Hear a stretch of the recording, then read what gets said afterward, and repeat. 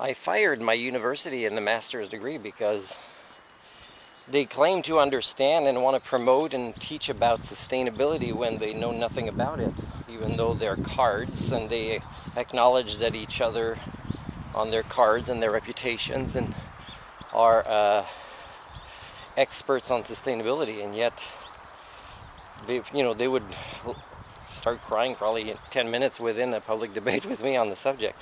And you see it more now with like BMW, like Mercedes and Volkswagen are very evil companies, but they will continue to be successful because even if a lot of their dishonesties are brought to light, people still want to buy their cars because they're cool. And they would put only all electric cars if they wanted, if that's what people would buy, And then, they would probably dispose, or they'd still be dishonest things, like animals being hurt or things dishonest about the information they deliver about these vehicles, because, we'll just fire one person with a great payoff, and people still will buy our vehicles. So, anyways, what I was saying about these companies is that,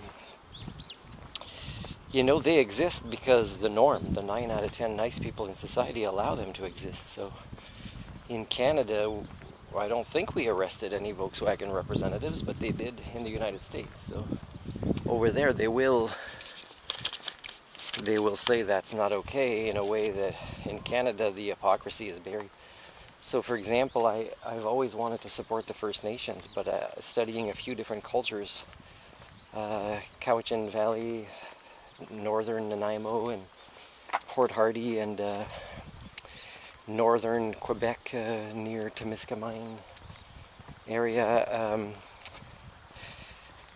proving to them that I have the skills and want to advocate for them, is I find that I'm butting heads with them even more. So when I quit from this master's degree, in big part because nobody specialized in what I wanted to do my master's thesis in, I went to the same school and say, okay, well, should be easier to transfer than apply for another school where it's all like the application, the big money moving around, but it turns out their educational leadership program has nobody that really has leadership skills or personalities teaching it. And I was very sad because there was a woman slightly younger than me, whose daughter I taught and appreciated me, and I appreciated her the first time I met her, but it was again wanting to hallucinate that she was, she might have had the spirit of Mother Earth or something. I was so desperate for some sort of a connection to a greater concept that made sense to me. And but it turns out when I wanted to talk to her about the experiences I've had with schools, is that after she acquired this leadership and education master's degree from VIU, her answer was very short. It was praying to her God, and this is the God whose representative, really mistreated her ancestors for the longest time. So it's HSD is spread, at the highest levels of education for sure. And so where are my role models? Where are the like-minded people?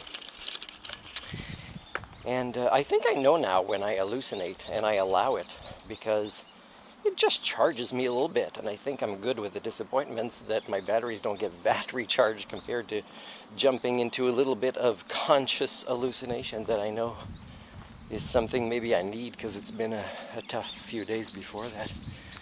And then when I look at the scenario more objectively, I can describe the examples of how I've observed behaviors that prove the incongruences. So it's sad. Here I noticed when I came to this country again, how even from one airport of their country to the other, you got to go through security twice. It's ridiculous. It's this tribe versus tribe mentality that is harming not only First Nations, but every other cultures of the world, especially if they're silly enough to call it, immigration or visa or passport or immigration type policies. It's really tribe versus tribe mentality with nice clothes on. It's the same old, we haven't really evolved past a lot of other primates in the sense of having long-term successful societies. We just haven't. And that's what Jane Goodall should be talking about, leaving climate change for other people. She should be talking about her primatologist observations, except that she suffers from human chauvinism.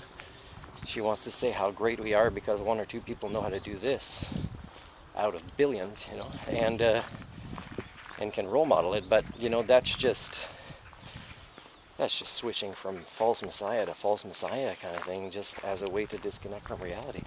So if Jane Goodall could actually say, hey, I've observed this kind of intelligence and friendship and altruism in primates that don't wear clothes, so why do the ones that wear clothes seem cruel towards not just each other but the rest of the natural world? She should be asking these questions. She should have focused the last 20 years of her life on this.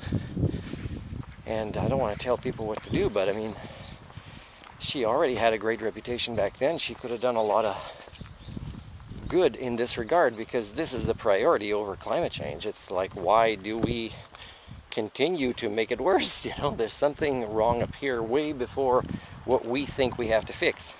Because what we have to fix is not something that's broken, is we have to fix our behaviors that keep breaking stuff.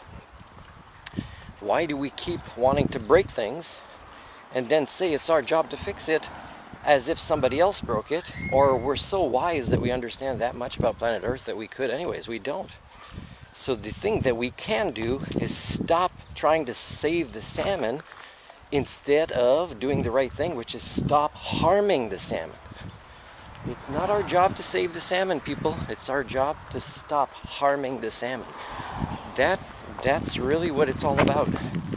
And if we start there saying, what's been wrong up here? Let's fix this, and don't worry, the rest that's been evolving for billions of years, it's pretty much going to fix itself.